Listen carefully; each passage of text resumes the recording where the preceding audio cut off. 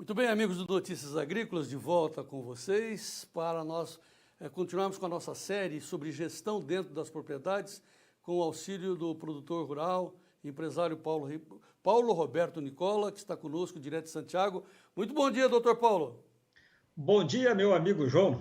E bom dia, meus amigos e produtores rural. Muito bem.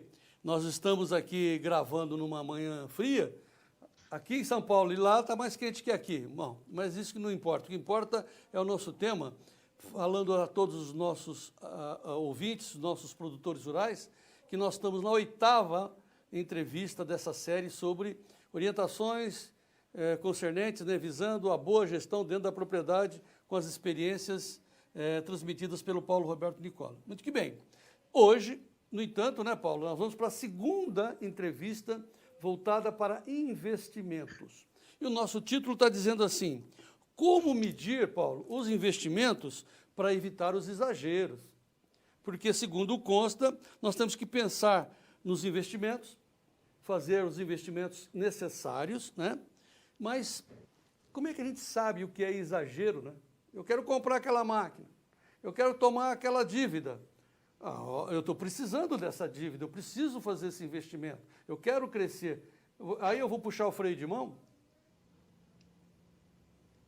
Hein, Paulo? Bom, João, é o seguinte, ó, essa questão do investimento, inclusive, nossa segundo debate, segundo programa a respeito de investimentos, ele é bastante abrangente naquele meu primeiro livro. Eu falo muito sobre isso, né? E para falar em investimentos é importante, João, que você diga o seguinte, ó, vamos fazer uma pequena reflexão, até para aqueles que, como é que tu diz sempre, aqueles que estão chegando, tá? Quando se trata de investimento, está ligada muito à personalidade do empreendedor, né? E não tem como tu falar em investimento e esquecer de olhar um pouco a cultura que nós temos do empreendedor brasileiro, né? Então, vamos revisar duas coisinhas rapidamente aqui, ó. No último programa eu falei que nós temos que separar bem o empreendedor do administrador, né? O empreendedor é aquele produtor que participa de todo o processo operacional, ele planta, ele vai lá e, eu falei na outra vez, vai levar comida para os funcionários, ele abastece, ele ajuda a colher, ele se envolve com todo o processo produtivo da lavoura. Depois, aos poucos, ele vai participando mais, e agora é uma necessidade, é uma coisa necessária, porque agora, como nós vimos antes, ele tinha que dar lucro, tinha que dar produção, tinha que produzir grãos. Agora, ele tem que se transformar mais num administrador, né? E delegando mais poderes aos outros e participando mais do processo administrativo, tá? E aí se faz necessário alguma evolução nesse campo, né? E agora, nesse momento, que o administrador começa a pensar em melhorar a lucratividade do seu negócio. Essa é a função do administrador, é ele pensar em investimentos, tá?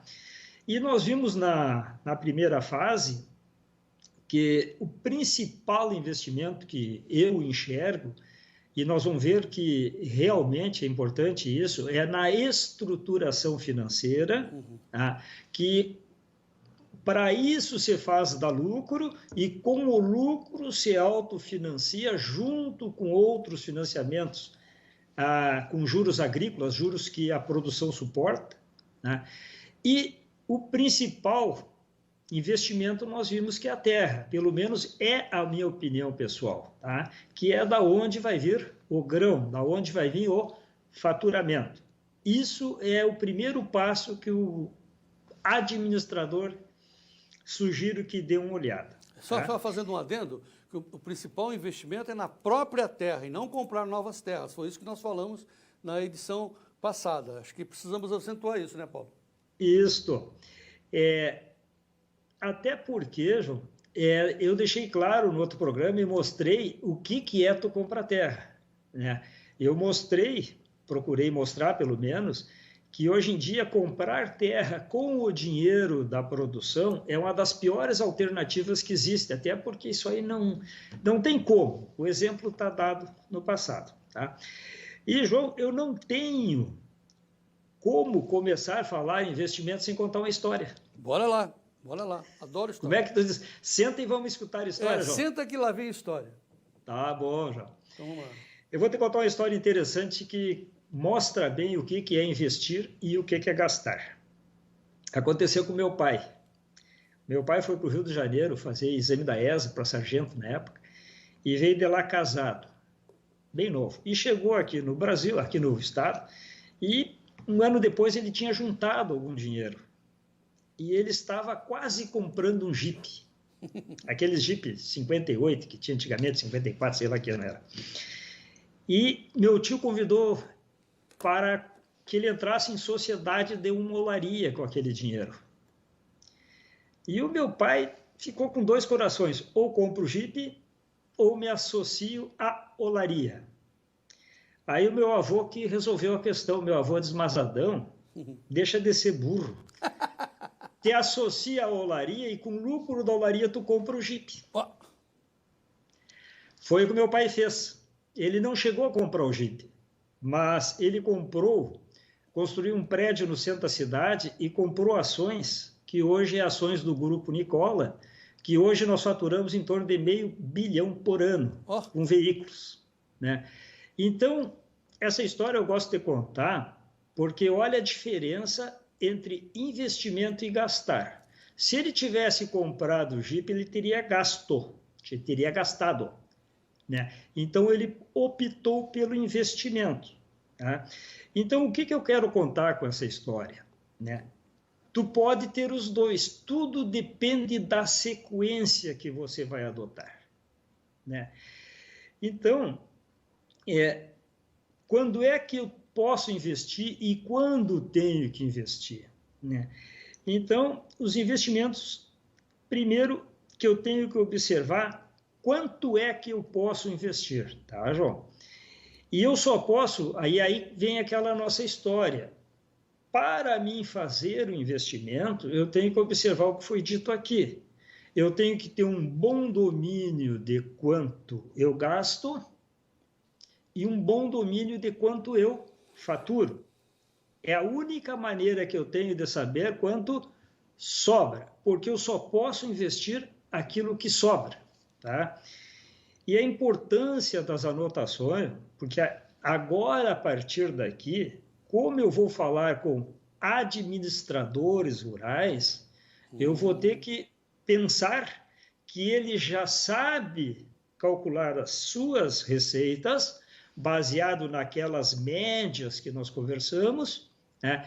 E ele tem uma boa noção de suas despesas, senão ele não vai conseguir ser administrador. Então, assim, né? a lição que fica, essa primeira lição é a lição fundamental.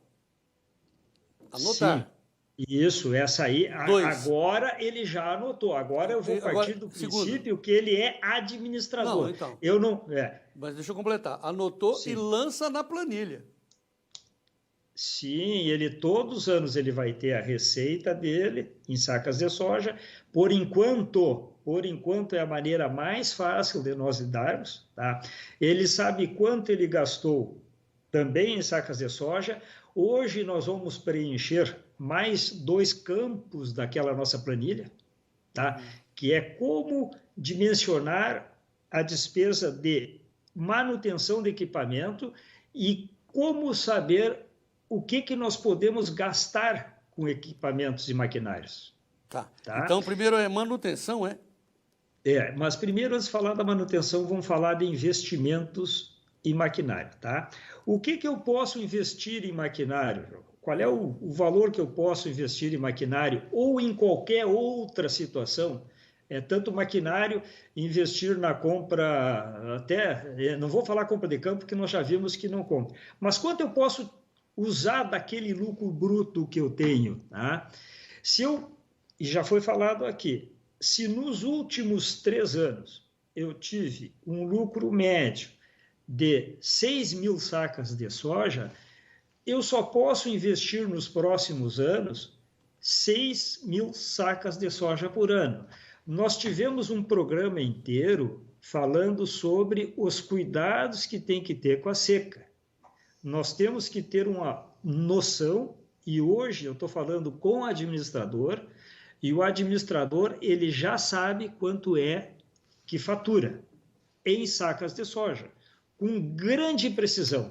Né? Não vou repetir porque tem 3, 4 programas que nós já falamos sobre isso. Tá?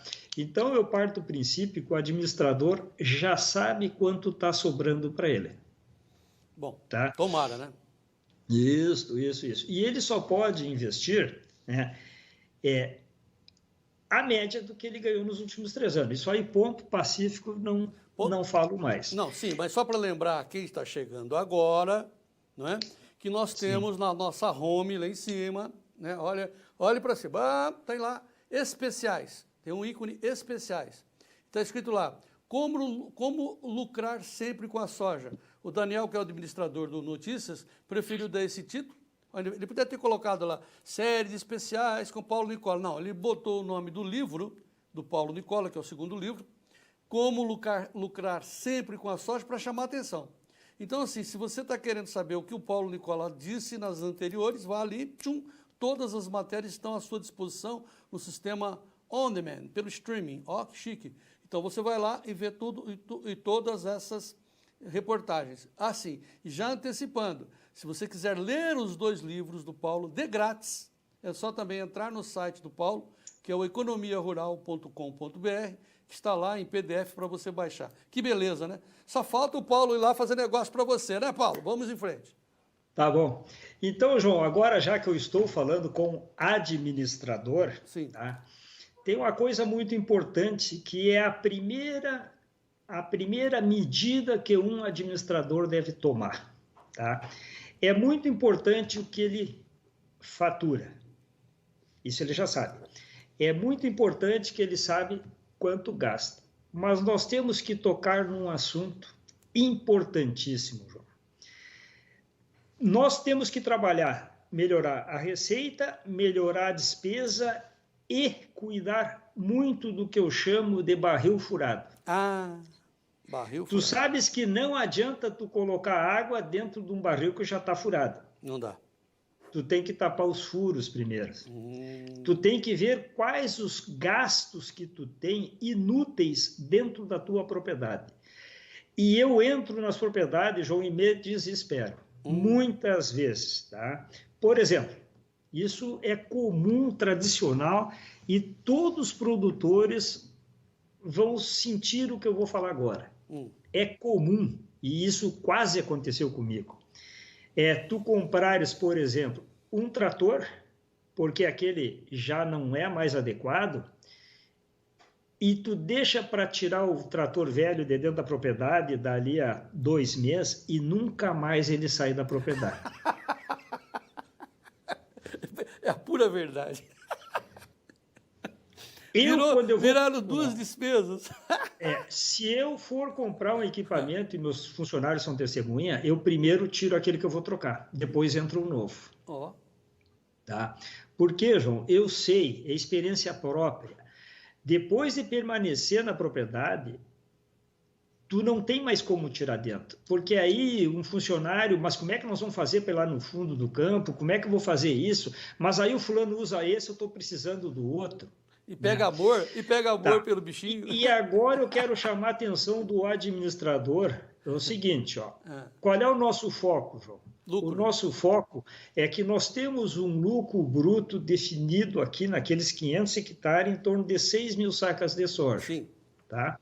Se tu tem um equipamento que tu não utilize dentro da tua propriedade, aquele equipamento tem um custo de manutenção normalmente acima, inclusive, daquele novo que tu comprou. Certo? E esse custo anual, ele vai ficar todos os anos dilapidando o teu lucro bruto. Ixi. Mas espera um pouquinho. Deixa eu... Agora você me pegou de surpresa aqui. Mas se eu ficar com o equipamento novo e o equipamento usado, o equipamento usado não vai ter função? Não, é que é o seguinte, por exemplo, tu compra um trator por causa que ele, para aumentar a potência dele que tu precisa, porque tu trocou a tua plantadeira e tu vai precisar de um trator maior. Bobeia, tu fica com a plantadeira e o trator velho na propriedade. Pois é. Então, tu vai ter dois equipamentos de fazer um trabalho que tu fazia com um. Tu vai ter dois custos de manutenção. A plantadeira ainda fica num canto lá tirada, se tu não vender, que normalmente essa tu vende. Mas o trator, se ficar ali, aquele custo de manutenção daquele trator que tu vivia sem ele, né, ele é pesado, ele é caro, ele pesa dentro da propriedade. E todos os anos ele vai comendo uma parte do teu lucro bruto. Se tu gastou 10 sacas de soja na manutenção daquele trator, é 10 sacas de soja a menos que tu tem no teu lucro bruto. Ixi. E aí, isso daí seria um furinho no túnel, no seu barril aí? não é um furinho, esse é um furo bem razoável. É. A despesa de manutenção está crescendo violentamente em todas as propriedades. Tá? E eu, casualmente, esse ano, eu me assustei com as despesas de manutenção, me assustei mesmo. Né? Ele praticamente dobrou nos últimos 3 anos. Olha. Né? E aí eu juntei a minha equipe, fizemos um trabalho, uma varredura bastante grande. E o que nós observamos, João? Esses equipamentos novos que a gente vai trocando está vindo com muita tecnologia. Né? Agora mesmo, para mexer numa pecinha lá ligada à internet, um processadorzinho lá que não funcionava, teve que vir um rapaz lá de Passo Fundo, 350 quilômetros, para trocar aquela pecinha. Né? Nós temos que parar para pensar que a questão de 10 anos atrás, o próprio operador do trator, um alicate, um martelo e um pedaço de arame, ele resolvia muitos problemas. Claro, e chamava o MacGyver, né, para fazer isso, né? Isso. Agora não tem, João. Agora a tecnologia é muito alta e uma regulagem de uma barra, por exemplo, do pulverizador, de um twister, por exemplo, de agricultura de precisão, essa reprogramação. Vem um técnico lá de São Luís, 150 quilômetros. Aí vem outro lá de Santo Ângelo. Ficou caríssima a manutenção. E ela está evoluindo proporcionalmente à evolução da tecnologia. Não, assim, concordo com você, porque eu fico imaginando, você está contando o seu caso aí do oeste do Rio Grande do Sul, você está em Santiago, mas e os caras que estão lá perdidos, lá em cima, lá no Mato Grosso, no Mato Piba, a X mil quilômetros da manutenção? Esse está roubado. Então, nós temos que ter muito cuidado quando comprar o equipamento. Quem sofre muito com excesso de equipamento ou com equipamento acima do que tu precisa, um equipamento ocioso, como a gente diz, um equipamento que tu não use, um trator que tu compre com a potência acima daquela que tu precisa. Quando tu vai comprar um pulverizador, é comum, não, bota uma direção automática daquelas, como é que é? Ultra Z. Que bota os 60 km por hora, aquilo vai a 60 sozinho, não precisa tu, né? Um piloto automático. Sim. Né? Tudo isso aí vem incorporado, mas tu precisa disso, né? E nós temos que pensar em regiões do Brasil. Peraí, vamos brigar um pouquinho. Calma aí. Vamos brigar um pouquinho. Você, no programa passado, você teceu loas, estou gastando hoje, teceu loas na agricultura de precisão. Como é que você vai fazer agricultura de precisão sem esses equipamentos que você está mandando pau hoje? Não, para aí. Eu estou falando de uma tecnologia que vem embutida nesse equipamento que tu pode precisar ou não. Tá? Por exemplo, piloto automático. Tá? Nas minhas propriedades não cabe piloto automático, porque as minhas propriedades são pequenas e são todas cheias de voltas e altos e baixos. Tu não tem como largar a direção. Terra dobrada. Ao contrário que tu pega lá no Mato Grosso, aquelas propriedades, eu lá no Mato Grosso, eu já comentei aqui, eu administrava uma propriedade com 27 mil hectares, e tu tem aqueles chapadão que pega 4, 5 mil hectares para cima de Primavera do Leste, lá, entre Primavera do Leste, acima de Rondonópolis, Primavera do Leste, lá que nós tínhamos a propriedade. Então, aí lá é uma situação que tu pode ter um piloto automático, Mas se tu colocares um piloto automático aqui e inventar de tentar usar aqui na minha propriedade, tu está botando dinheiro fora e é mais um acessório caro que tu tem ali dentro. Tá, mas vamos pegar a segunda situação, então. Tá, vamos, calma. Tô calmo, Ok, João. ok. Eu defini que eu preciso daquele computador, daquele aparelho, daquele equipamento, Sim. daquele assim, blá, blá, porque ele está dentro do meu tamanho. Tá. Não está ocioso. Agora, Tá. como é que eu calculo que ele não vai ficar ocioso, hein? Como é que é isso? Tá. Nós já chegamos lá, tá? Quando tu fores comprar um equipamento, João, e aqui nós temos que ter um cuidado muito grande sobre a questão de orientação, tá? É comum nós, produtores, sermos orientados pelo vendedor.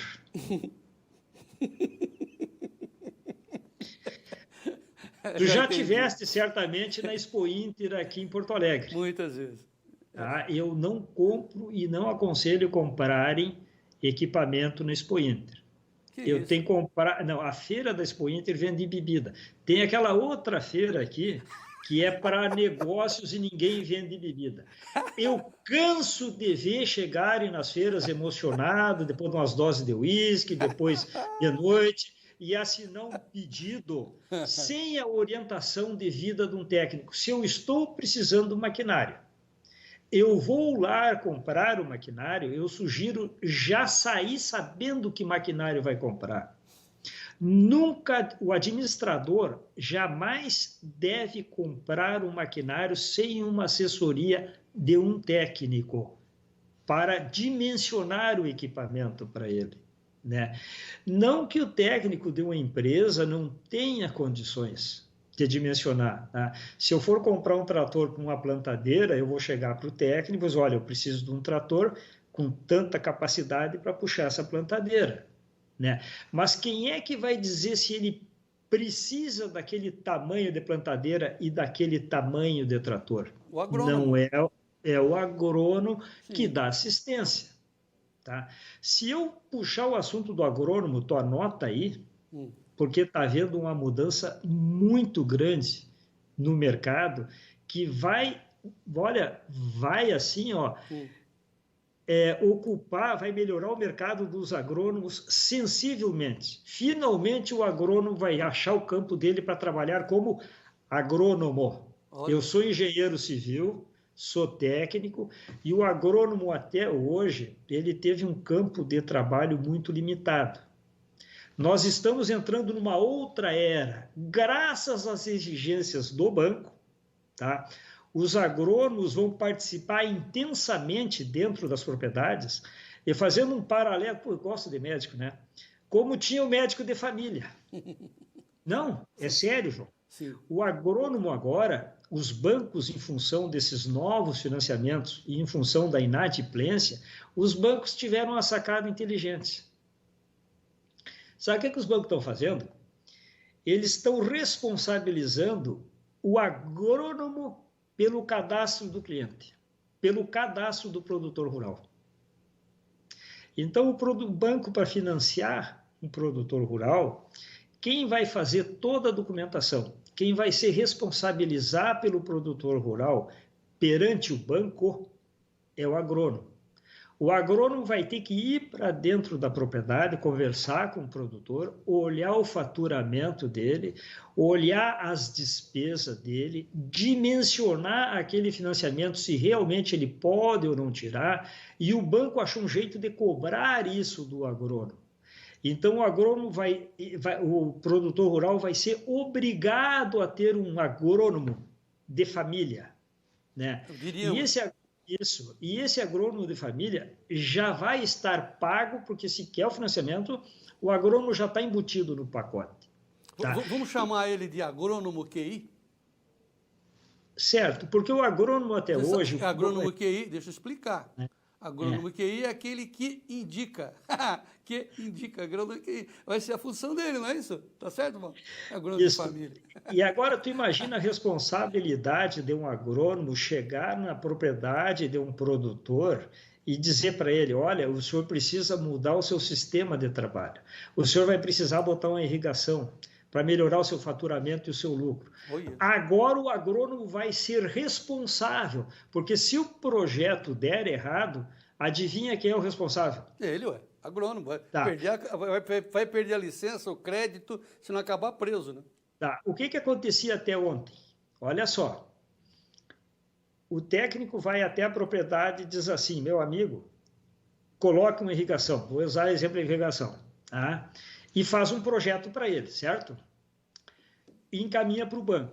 O banco avalia aquele projeto, um técnico agrônomo assina, vai lá para o BNDES, um técnico, todo mundo assina que o produtor tem capacidade, tem condição, tem conhecimento técnico, tem situação financeira estável, tem pessoa capacitada a tocar aquilo e o agrônomo assina como responsável técnico que aquilo vai dar certo. E faz um cronograma físico-financeiro, né? Físico é o período que ele precisa para ter retorno de capital e financeiro, o agrônomo assina um documento que isso vai custar tanto para ele. O que é um responsável técnico, João? Pois é o cara que... É o técnico responsável pelo que o proprietário está fazendo. E ele não era cobrado até então. Porque se tudo aquilo der errado, não conseguiu pagar, não conseguiu a produção que se esperava, como é que a melhor frase que eu disse até hoje, a melhor frase que eu escrevi até hoje, não podemos esquecer que o pagamento de projetos de alta produtividade são oriundos da alta produtividade que se espera desses projetos. Tá? E tudo que a vendedor e agrônomo assinavam que é viável, mas aí o agrônomo vira as costas e vai embora. O banco tem as garantias, já executou. A empresa já recebeu. O vendedor já pegou a comissão. Fica o produtor agarrado no pincel. Agora não. Agora o responsável técnico vai ser o técnico responsável pelo produtor perante o banco. Então, quando tu colocar a tua assinatura, tu está dizendo, esse produtor tem capacidade de fazer isso. Muda, João. Nossa, vai mudar. Não, eu estou aqui marcando que, para mim, acho que é o mundo perfeito, né? Porque... Não, na engenharia é assim, João. Na engenharia civil é assim. A Caixa Federal responsabiliza nós, engenheiro civil, pela qualidade da obra e pelas informações de prestação do nosso cliente. A ponto de, se o nosso cliente não pagar o INSS, quem tem a obrigação de pagar o INSS da obra é o engenheiro. Se a obra deu qualquer problema na obra, a responsabilidade é do engenheiro civil. E a Caixa bota uma pressão tão grande em cima do engenheiro que se o engenheiro não cumprir as suas determinações, é cortado do cadastro da Caixa. Se o engenheiro agrônomo não cumprir as determinações do banco, ele é cortado do cadastro do banco. Então, o agrônomo, e não é de Valde que nós temos uma bateria de agrônomos nos acompanhando nessa caminhada, é porque se ele não souber dimensionar, não souber olhar o faturamento do cliente, não souber ver qual a realidade do custo do produtor, o que ele vai informar para o banco que sobra para aquele produtor? Mas assim, Paulo, ok, você está até evitando de falar a palavra mais dura, mas assim, beleza, né? O agrônomo vai ser o agrônomo QI, o agrônomo da família, tecnicamente um responsável técnico, que beleza, que bacana. A gente está evitando de dizer que o agrônomo vai deixar de ser o vendedor de veneno, né? Para ser responsável técnico. Não, o que eu disse aquela hora, João? Está aumentando o mercado de trabalho do agrônomo. Porque qual é o grande mercado do agrônomo até hoje? Tá? Que, inclusive, quando eu fiz engenharia, eu pensei na agronomia e resolvi para engenharia civil. O agrônomo, ele praticamente não tinha, porque produtor nenhum contratava agrônomo para cuidar das suas lavouras. Olha, era raro há 10 anos atrás um produtor rural chamar um agrônomo para dar assistência na sua lavoura. Né? Aí os agrônomos conseguiram um mercado de trabalho monstruoso e fundamental, porque tinha as grandes empresas, eu cheguei a escrever uma matéria muitos anos atrás, da dificuldade, tinha as empresas com a capacidade de tecnologia muito grande e o produtor desinformado. E o agrônomo que transferiu das empresas para o produtor o conhecimento da tecnologia. E nesse meio tempo, as grandes empresas pegaram agrônomos recém-formados e transformaram em ótimos vendedores. Pois é. Teve um problema, porque fazem uma lavagem cerebral no agrônomo, ele trabalha só para aquela empresa e realmente ele acredita naquela empresa, porque a empresa dá 500 cursos e mostra que aquele produto é único, está saindo da faculdade, pouca experiência, não conhece outra lá da moeda e sai vendendo aquilo de qualquer jeito. Tá? Agora, mas só que quando eu sempre critiquei no meu livro primeiro, eu critico muito essa situação do agrônomo, porque o agrônomo ele entra na propriedade, ele é vendedor, ele tem que deixar a camisa de agrônomo lá na porteira. O produtor enxerga ele como agrônomo e ele se sente dando orientação técnica para o produtor, mas ele não está dando orientação técnica para o produtor, ele está vendendo para o produtor. Por isso que eu falei, agora tem que pegar assessoria de um agrônomo independente acostumado a trabalhar dando assistência ao produtor. Que aí o agrônomo vai estudar, tá, João? Mas vamos parar de falar no agrônomo, vamos voltar? Não, perfeito. Eu gostei demais do seu depoimento. Tenho certeza que os amigos agrônomos que nos assistem, que são muitos, você já falou, vão adorar o que você disse, porque você está valorizando a função e, ao mesmo tempo, dando responsabilidade a eles. Porém, só para passar a régua, porque nós temos que voltar, como medir o investimento. Então, o agrônomo que vai medir esse investimento, se você não está exagerando, ou até mesmo se não está faltando, né, Paulo? Vamos pegar sempre os dois lados. O meu agrônomo, para fazer o meu projeto que eu vou financiar esse ano, tu precisa ver a quantia de dados que ele teve que fornecer para a Sicredi, que está fazendo o meu financiamento. Eu estou em contato direto com ele, João. Ele trabalha só para mim. E ele está impressionado com o nível de exigências. E ele que me contou isso. Olha. Tá? É coisa de agora. E os agrônomos sabem que eu vou estar fazendo. Então, assim, a resposta está dada. Qual é o tamanho do meu investimento? O meu amigo agrônomo que é que vai me auxiliar. É isso? Não é bem por aí. Por enquanto é ele que vai auxiliar, mas por enquanto quem vai dizer sou eu. Não, até porque muito boa essa resposta, porque assim, você estava tirando os dois doces do produtor. Você tirou um, né? Como vender, né? Aí você falou, não, ó, faça a média, no fundo, assim, o pensamento do produtor, você, não, a comercialização é minha, e aí que ele estava quebrando a cara. Aí você alertou. Não. Agora, Isso peraí, calma aí. A comercialização é minha. Você, presta bem atenção. Tá. Aí agora estamos entrando nas despesas. Eu não posso nem comprar. Você está tirando até esse doce do produtor? Não, nós vamos seguir no meu raciocínio. Eu escrevi um livro sobre administração de cabo a rabo. Eu vou dar dentro da minha linha de raciocínio, não vamos sair daí. Tá? Mas eu quero lembrar mais uma coisinha, o administrador, o nosso empreendedor que virou ou está virando administrador. Tá? Eu vou dizer uma coisa importantíssima que eu digo em todas as empresas, que eu digo em todos os lugares que eu vou, tá? E é de conhecimento de todo profissional com bom nível técnico. João, não existe uma grande solução para te resolver todos os problemas. O que existe são diversas pequenas atitudes e decisões que tu resolve um problema de qualquer tamanho, tá? Porque numa atividade, o problema aparece quando tu não tem dinheiro, tá? Aí o problema aparece e descamba.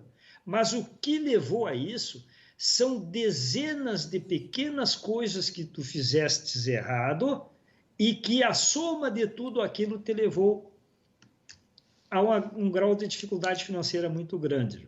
Então, o que eu quero dizer? Que se tu tomar dezenas de pequenas medidas, de pequenas precaução, tu terás uma solução ótima a longo prazo. Não existe solução mágica, né? Então, o que o administrador tem que fazer? Ele tem que observar a propriedade desde o início. O que eu tenho sobrando na minha propriedade? Tá? Ele tem que fazer uma varredura dentro da propriedade. Por que isso é importante, João? E eu vou tornar a dizer, tu tem que ser muito profissional para chegar numa propriedade e mandar embora aquele empregado que está lá há 25 anos e já não produz nem a metade do que deveria. Não, aí tem que ser profissional Que o mesmo. teu pai... Nós estamos falando do nosso administrador. Se tu parares para pensar, João, que tu tens uma empresa e que tem funcionários dependendo dela, que a tua família depende dela, tu tem uma alternativa. Se tu colocou a camisa de administrador, a primeira regra, tu tem que enxergar os problemas que tu tem. Se não enxergar os problemas que tens dentro da tua atividade, se tu virar as costas, se tu fechar os olhos, muda de profissão. Porque a primeira coisa do administrador é fazer uma mesa redonda com todo mundo e botar com tudo que tem de errado em cima da mesa. Mas é uma gritaria isso, hein? É aquela reunião da gritaria. Não, João, é uma coisa bem profissional, né, João? No fundo, João, eu sempre enxerguei que o proprietário, o produtor, ele sabe o que tem que fazer. No fundo, ele sabe, tá? E se ele pegar as pessoas capacitadas que estão com ele ali, as pessoas vão chegar a uma conclusão, só que aí tem atitude, tem que tomar atitude. Aquele trator eu troquei por esse e aquele ficou. Tem que ter atitude, tira aquele trator e deixa na oficina mecânica lá uns 3 meses e tenta viver sem ele. Vai conseguir. Aí bota a venda, né? A mesma coisa em relação a funcionário. Eu falei trator, João. Tu tem que fazer uma revisão em todo o maquinário. Tem que repensar maquinário. Eu vou administrar a minha propriedade. Eu tenho que tapar os furos do barril antes de começar a melhorar lá na frente. Muito bom, hein, Paulo? Muito legal isso. Acho que realmente, porque são coisas simples que você está falando, mas acho que os produtores devem estar muito felizes de ouvir essas coisas, porque tem muita gente concordando. Claro que tem os que discordam, né, Paulo? Fazer o quê, né? Sim. Tudo isso que eu estou te falando, João, está escrito no meu primeiro livro. A lógica da economia rural. Porque nós não estamos falando de lógica, João. Estamos. Que nós temos que tomar várias medidas, economizar 10 aqui, 20 lá, 50 lá. A soma disso aí que vai manter o meu lucro bruto inteiro. Assim como eu me descuidar de várias coisinhas, a soma dessas várias coisinhas vai dilapidar meu lucro bruto. Isso é ser administrador.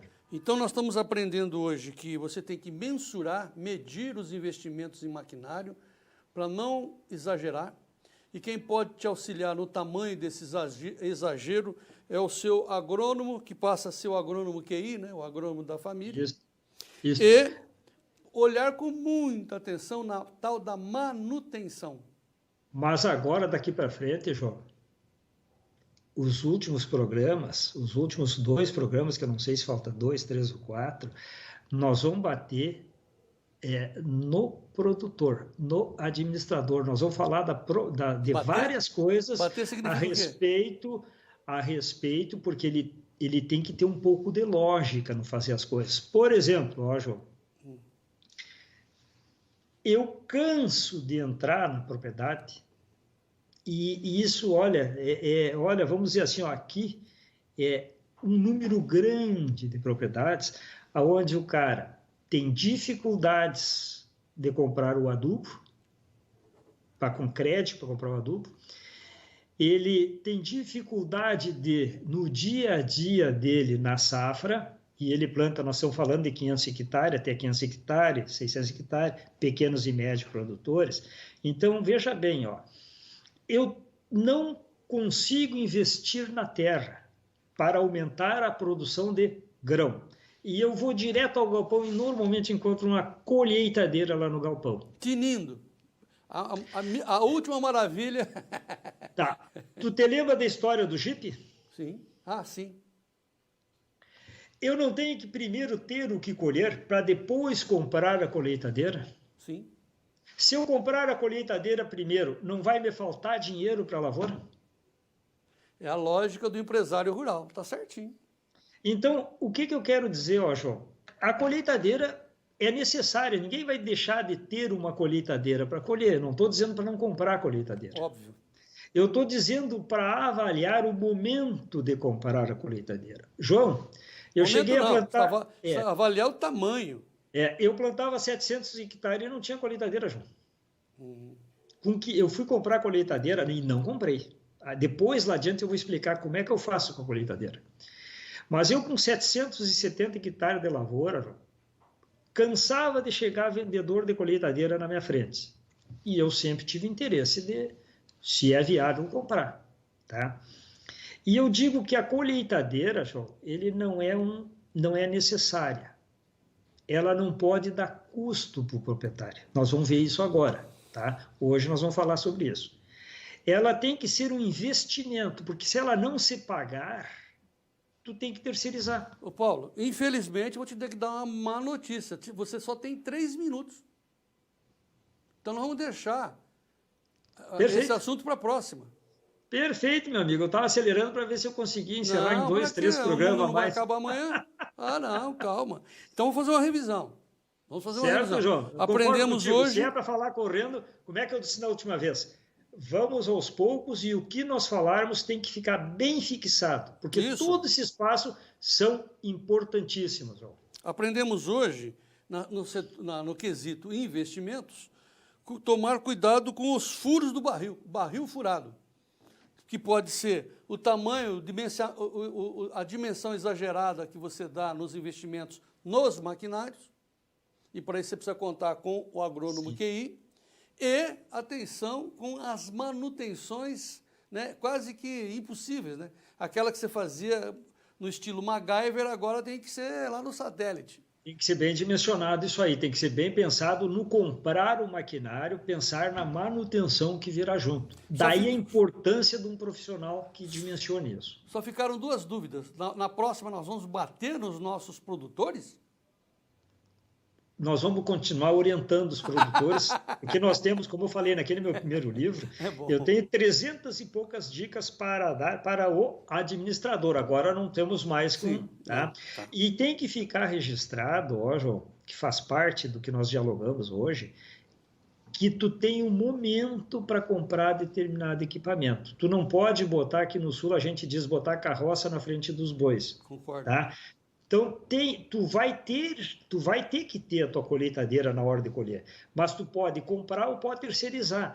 E essa diferença, que é a diferença de gastar para investir. Se tu tiver uma área, que nós vamos ver na próximo programa, tu identificar que ela paga os teus custos, tu está investindo, ela deixa de ser gasto. E nós, administradores, temos que fazer com que todos os investimentos nos deem retorno. E é aí que nós vamos parar hoje. Não, mas faltou uma história ainda. Você não fechou a história do líder, do Adão, Nicola?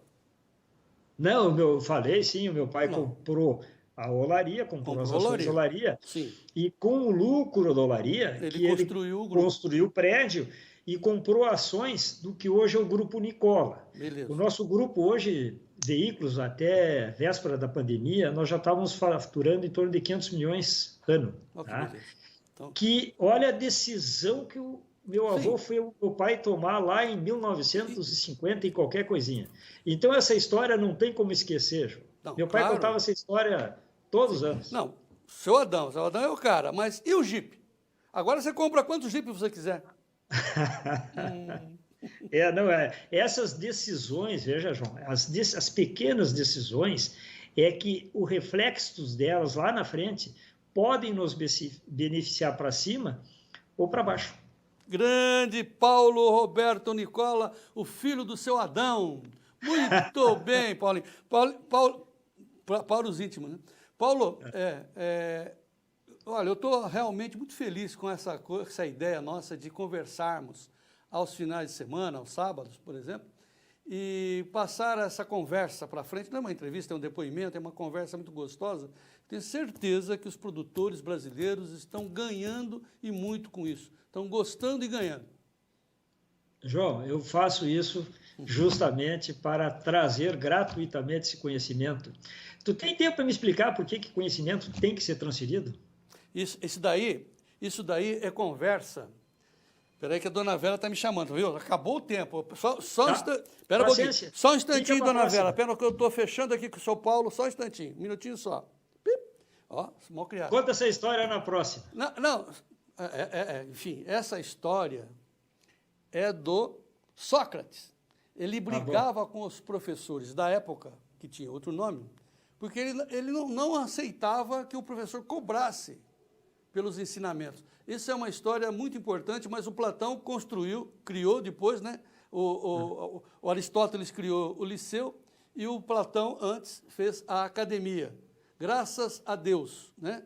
Graças a esses caras fantásticos que a gente pode dizer hoje com a boca cheia, né, Paulo? O conhecimento liberta e viva o Brasil. O conhecimento tem que ser transferido para frente, João, e é o que eu estou fazendo aqui. Maravilha. E continuo contando com a ajuda do produtor para essa interação. E agora também, João, tenho certeza, a nossa turma de agrônomos está aumentando muito, porque eles terão que ter conhecimento de administração rural. Tá.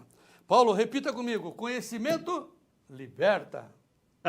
Conhecimento e liberta mesmo. E liberta. E liberta. E nós vamos em frente. Paulo Roberto, até a próxima. Até semana que vem. Até a próxima, produtores e João. Abraço, bom fim de semana. E viva o Brasil. Muito que bem. Com muito prazer, enfim, com muita honra, nós estamos levando essa série para ajudar os produtores a administrar corretamente a gestão financeira e também a gestão de produção e de compra de equipamentos, como nós vimos hoje. Então, continue conosco, absorvam esses ensinamentos, contestem, né? Mas, por favor, interajam conosco, mande perguntas, acessem os livros do Paulo Nicola de graça no seu site, ou economiarural.com.br, e seja o produtor rural mais bem informado do nosso Brasil. Continue com Notícias Agrícolas e vamos em frente.